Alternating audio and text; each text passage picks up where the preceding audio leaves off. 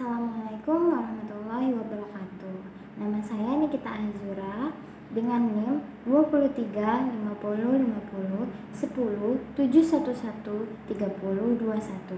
Di sini saya akan menerangkan atau memaparkan kembali tugas-tugas dari sosiologi peternakan saya dari tugas 1 hingga tugas kelima. Di sini saya akan menjabarkan sebuah masalah atau sebuah berita dari warga asahan dan PTPN 4. Jadi di sini beritanya terkait dengan warga asahan yang mengajukan unjuk rasa karena mereka menduga bahwa PTPN 4 ini telah meracuni sapi-sapi milik warga asahan sendiri.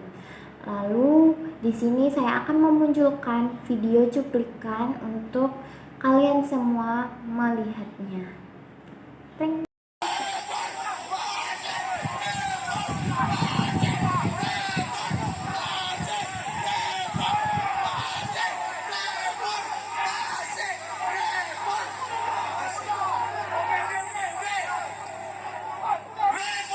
Memang aksi yang ketiga. Aksi pertama telah kami mediasi dengan adanya humas. Gitu. Baik, saya perkenalkan diri saya. Saya warga Haloho. Bakat saya karyawan pelaksana bidang umum. Menyangkut dengan humas. Oke Pak, tadi waktu cuma 5 menit dikasih. Sesuai dengan apa yang disampaikan aspirasi saudara-saudara yang menyampaikan unjuk rasa di siang hari ini memang pertemuan unjuk rasa yang ketiga. Artinya pertemuan pertama telah kami mediasi dengan adanya keinginan saudara-saudara untuk bertemu dengan Pak CM. Cuman karena ada hal-hal tugas pekerjaan juga banyaknya yang harus disampaikan sehingga tidak bisa bertemu. Dari video tersebut kita bisa mendapatkan banyak informasi. Yang pertama adalah informasi terkait interaksi sosial di dalam kasus ini.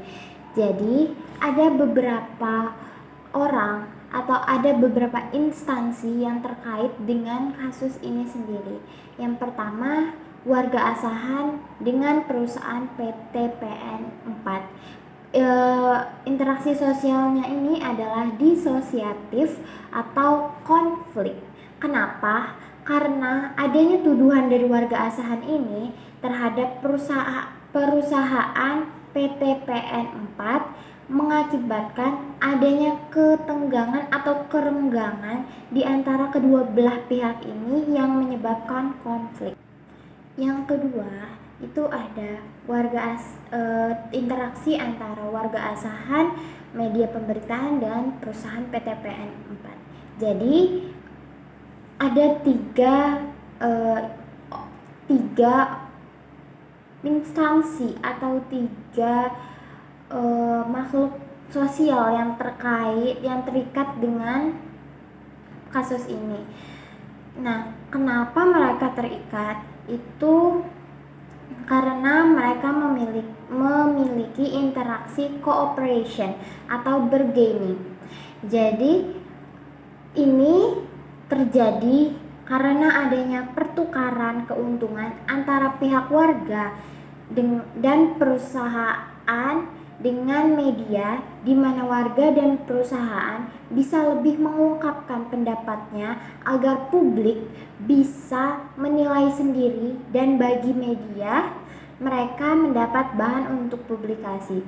Jadi untuk PTPN 4 dan warga asahan itu bisa mendapat perhatian publik untuk mendukung mereka, sedangkan untuk media pemberitaan itu dapat bahan untuk bahan publikasi mereka. Jadi mereka bertiga sama-sama untung. Itu kenapa dinamakan interaksi cooperation. Lalu yang ketiga, ada interaksi warga asahan dengan polisi dan polisi dengan perusahaan PTPN. Ini juga interaksi antara tiga makhluk sosial. Kenapa ini ini termasuk interaksi accommodation atau mediasi. Jadi, pihak polisi adalah pihak netral yang akan membantu menenangkan kedua belah pihak tanpa memberi keputusan apapun untuk menyelesaikan masalah. Seperti yang saya tunjukkan di video tadi, pihak polisi itu untuk menenangkan warga asahan yang sedang unjuk rasa dan membantu pihak PT PN 4 untuk menjelaskan lebih lanjut ke media pemberitaan tanpa adanya gangguan atau serangan dari pihak warga asahan. Lalu yang keempat adalah perusahaan PT PN 4 dengan pengacara perusahaan. Ini memiliki interaksi berupa accommodation atau conciliation. Jadi kenapa mereka memiliki interaksi conciliation? Karena adanya upaya dari pihak ketiga untuk membantu menyelesaikan kasus yang melibatkan perusahaan PT PN 4 ini. Karena pengacara ini dipekerjakan untuk membantu menyelesaikan kasus ini secara hukum. Lalu yang kelima, ada warga asahan dengan UPTD Dinas Peternakan dan Kesehatan Hewan. Interaksi ini adalah accommodation atau arbitration. Kenapa? Karena adanya kesepakatan antara warga asahan, perusahaan PT PN 4 untuk menggunakan pihak ketiga, yaitu UPTD Dinas Peternakan dan Kesehatan Hewan untuk membantu mencari tahu terkait dugaan keracunan pada sapi milik warga asahan ini. Bisa saja UPTD Dinas Peternakan ini melakukan otopsi atau penelitian terhadap racun yang dikeluarkan sapi untuk membantu menyelesaikan kasus ini. Yang keenam, ada UPTD Dinas Peternakan dan Kesehatan Hewan dengan pengadilan. Jadi, apabila warga asahan dan perusahaan PT PN 4 ini ingin mengajukan ke pengadilan, UPTD Dinas Peternakan ini memiliki kewajiban untuk melaporkan hasil dari penelitian mereka ke pengadilan. Ini memiliki interaksi accommodation atau interak. Baik, jadi yang terakhir itu adalah pengacara perusahaan dengan pengadilan.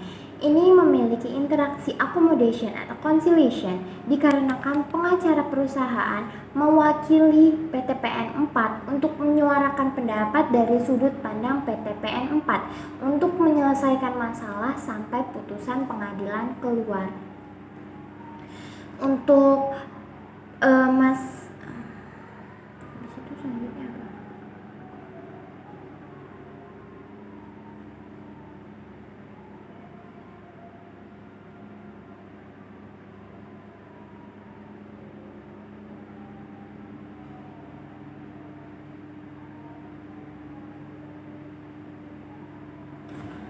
Nah, sekarang kita akan membahas unsur kultural universal yang ada pada kasus ini.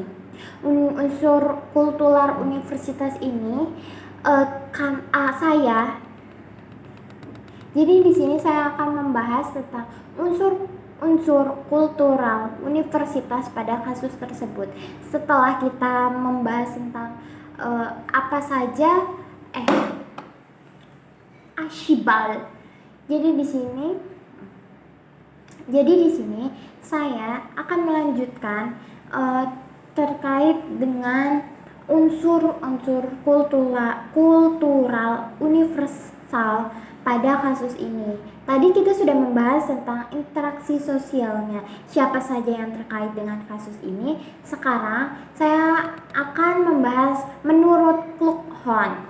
Jadi unsur-unsur kultural ini saya ambil menurut Coolhorn.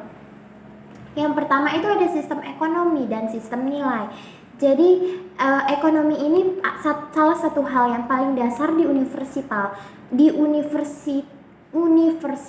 yang dimana di dalam kasus ini sistem ekonomi masyarakat asahan sebagian bergantung kepada ternak sebagai aset penting untuk keberlanjutan hidup mereka. Kematian sapi yang diduga diberi racun oleh PTPN 4 telah mengancam mata pencaharian mereka dan berlanjut dengan warga asahan yang mengajukan tuntutan agar perusahaan tersebut membayar ganti rugi dan solusi jangka panjang. Lalu ada yang kedua, sistem pengetahuan dan pemahaman. Jadi pengetahuan warga tentang bagaimana cara mengelola sapi adalah bagian dari pengetahuan. Mereka harus memiliki pemahaman tentang kebutuhan ternak, termasuk resiko dan bahaya di lingkungan sekitar. Kita ketahui bahwa kasus ini adalah kasus yang dimana sapi warga asahan ini memasuki lahan milik PTPN 4 yang dimana mereka mengakui bahwa mereka sedang menanam sawit yang masih baru tumbuh, dan itu mungkin saja mereka memberikan suatu bahan yang sebenarnya baik untuk sawit, tetapi bagi sapi malah menjadi racun. Jadi di sini unsur universal ini bermaksud dengan warga harus menambah pengetahuan karena sapi tidak seharusnya masuk ke dalam wilayah milik pemerintah, yang dimana pemerintah ini atau wilayah milik orang lain yang dimana mereka pasti melakukan hal yang mungkin untuk sapi itu tidak baik, tetapi untuk tanah mereka atau wilayah mereka mungkin baik, seperti itu. Lalu yang ketiga, memakai bahasa yang jelas untuk pertukaran informasi. Tadi kita lihat di berita bahwa saat PTPN salah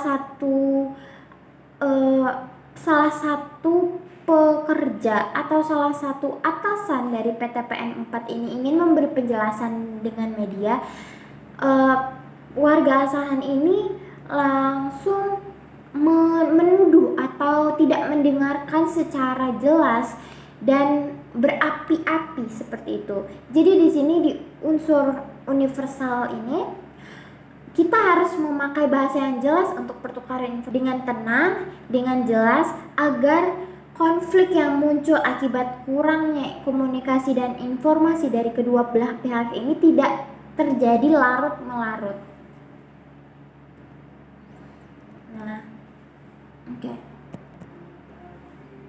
Kita lanjut dengan posisi strata sosial di dalam kasus ini. Jadi, pertama ada warga asahan. Posisinya itu strata sosial bawah atau menengah bawah. Menengah bawah. Alasannya kenapa? Warga asahan adalah peternak kecil. Mungkin peternak kecil menuju menengah yang memiliki ketergantungan tinggi pada hasil ternak mereka. Mereka memiliki sedikit akses terhadap sumber daya dan kekuasaan dibandingkan dengan perusahaan PTPN 4 ini.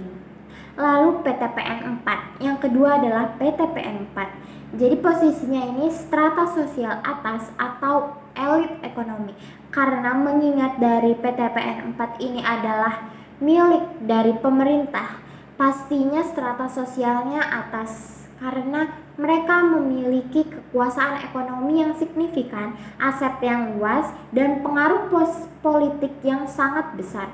Perusahaan ini juga memiliki tim hukum dan akses ke sumber daya yang lebih baik dibandingkan dengan warga asahan ini sendiri. Lalu yang ketiga ada media. Media ini posisi strata sosialnya menengah atas, bisa jadi menengah atas atau menengah ke bawah, tergantung dengan nama perusahaan yang mereka bawa Alasannya, media sebenarnya memiliki peran yang penting dalam membentuk opini publik dan mengawasi kekuasaan agar tetap teratasi secara adil. Jadi, kalau publik mengetahui tentang masalah ini dan publik mengikuti kasus ini, pastinya publik akan memihak yang benar, dan tidak ada permainan politik atau permainan hukum di sini. Jadi itulah mengapa media ini memiliki posisi sosial menengah atas.